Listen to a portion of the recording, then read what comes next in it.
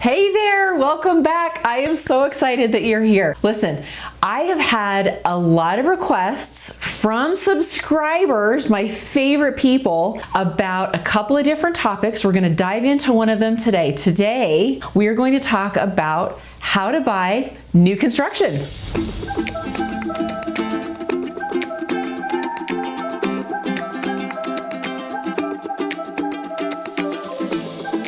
Are you in the market for a new home?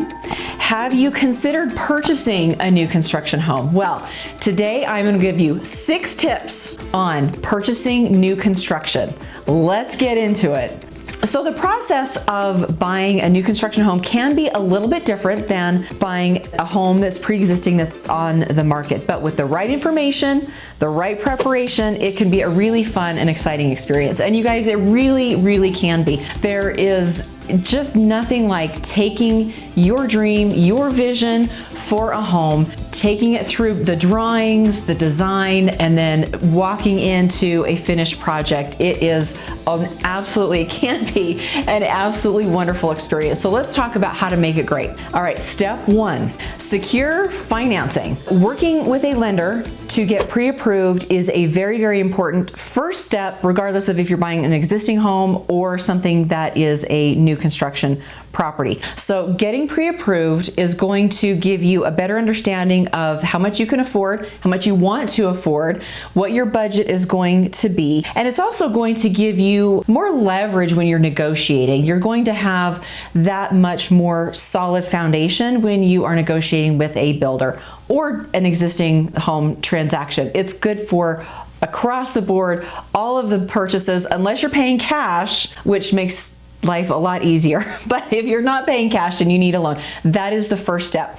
Also during this step, you're going to find out sort of what kind of loan product is going to be a good fit for you. Are you just buying a lot right now and maybe you're planning to build sometime in the future? So then you're going to get qualified for a lot loan. Those are going to have a little bit different terms. The package is going to look a little bit different than a traditional mortgage or a new construction loan. If you're planning to build right now, there's a couple of different ways that loan is going to be structured. First of all, if you are going to purchase the lot outright, then you can use that as your down payment. The construction loan is a short-term loan product. So you can get a lot loan, short-term construction loan, and when the home is built, then you get your long-term financing. There are some new construction loan products out there called a one-time close, where you get your construction loan and then it just automatically rolls over into your long-term financing. So depending on what the terms are, what you are going to have out of pocket, what kind of down payment you're going to have, and so forth, what your agreement is with the builder,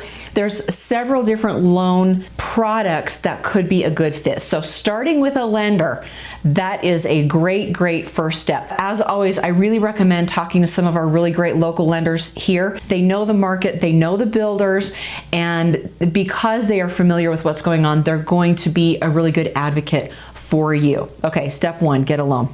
Step 2, if you want to have a home built in a subdivision that is being developed by a builder, of course you're going to research the builders, research the subdivisions, research the communities, look for builders with a good reputation. A local agent can help you with that. You want to find someone who has a good track record, who builds quality homes, who has a reputation for good communication. That's huge. Bringing things in on time is a big deal. The longer things go, the more things cost, right? And you want to look for communities that maybe have the amenities that you want. So you're going to visit model homes, you're going to look at online reviews, maybe talk to some other homeowners that are in a community that you like to get a sense of the builder's work, and if he's good to work with. Okay, if you're purchasing a lot in a community that is owned by the builder, so that particular builder is doing the development of that subdivision, he's probably going to have requirements as far as, if you buy a lot, how soon do you need to start the home?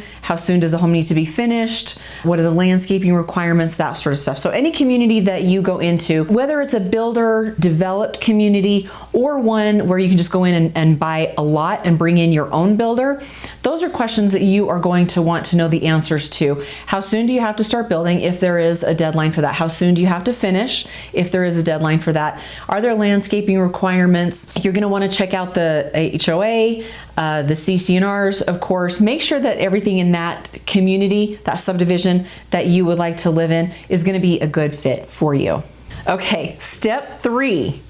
Choose a floor plan and customize your home. This is where things start to get really exciting. So there's a lot of builders that offer a number of different floor plans that you can pick from and customize. You know, maybe you want to make the master bedroom a little bit bigger. Maybe you want to add something in the kitchen, or, you know, bump out the family room, something like that. So most builders are really good about taking some of their existing floor plans and letting you customize them so that it is something that is going to be a great fit for you. Now, if you are having a custom home built, make sure you are working with a great designer and a great architect to ensure that your customizations are going to be in your budget and that they also align with your lifestyle, and they're going to fit with the HOA regulations and any CC&Rs that are in that subdivision that you are purchasing in, and of course any local zoning and ordinances, codes, that kind of thing. Step 4, sign a contract with your builder and put down that first deposit. Now, a lot of times you've got an earnest money deposit and you've got a construction deposit. Builders are different in what they require, so make sure that you have a good understanding of that when you are signing that contract. Please, please, please review the contract carefully. Make sure you understand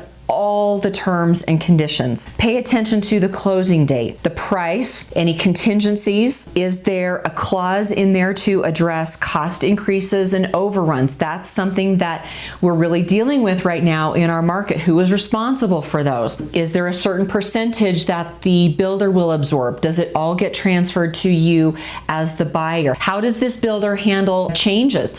For example, maybe in the contract there is an allowance figure. So for your lighting package, maybe you get $5,000 in the price that you have set with the builder for that home. And then you go to the lighting store and you see this beautiful chandelier that you must have for your front entryway, and it's more than is allotted in your budget. How is that handled? Do you pay for that out of pocket? Does that just increase the cost of the end purchase price? These are all things that you really need to have a good understanding of when you are reviewing that contract. Make sure that there's mechanisms in place to communicate any cost overruns, any changes that you may make. The worst thing is to be surprised at the end of your build and have a gigantic bill that you were not expecting. I have seen it happen and it can be really devastating. So any changes, any cost overruns, anything like that, anything that is going to affect the price along the way needs to be addressed in that contract. It's really a critical part of the process. The contract is what is going to govern if any issues come up during the process or after the process. Everyone's going to go back to the contract and say, okay, how do we address this? How have we already agreed to move forward with this issue? So if you have questions about contracts, it is so critical, it is so important. Drop me a comment, call me, call an attorney, let somebody help you through these really critical pieces of building a custom home.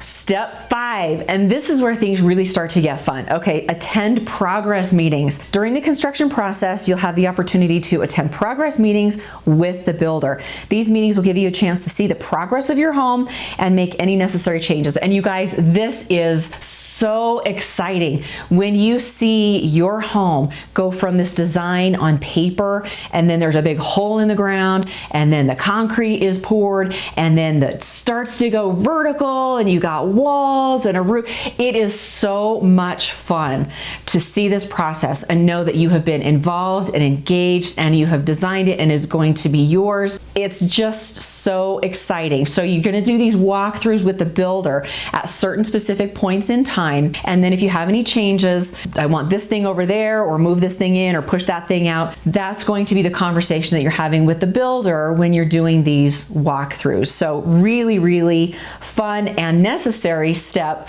in building your own new construction home. Okay, here we are. Step 6. Ready? We're going to close on your home. What? Finally, it's time to close on your home. This is when you'll sign all of the necessary paperwork. You're gonna go to the title company, the builder's gonna go to the title company, everybody's gonna sign everything. Any funds that you need to bring in to close, this is the time that you are going to do that. Once everything has been signed, once those funds have been received by the title company, they will record it in your name and you get your keys. Congratulations, you own a custom home. Purchasing a new construction home can be a big decision. It can really seem sort of overwhelming and maybe you don't know where to start. But with the right research, the right preparation, and the right planning, it can be a very rewarding and fulfilling experience. By following the steps outlined in this video, you can ensure that you will have your dream home and minimize any potential pitfalls and conflicts along the way. Thanks so much for watching. I really appreciate that you've been here. If you have questions, if you have comments, let me know in the comments below. If I can help you with any additional information on lots, on new construction, anything like that, please reach out. I would love to be a resource for you. We are here to help. And remember, if you like these videos, subscribe, hit the notification bell. We drop them every Thursday. Can't wait to see you next time. See you soon.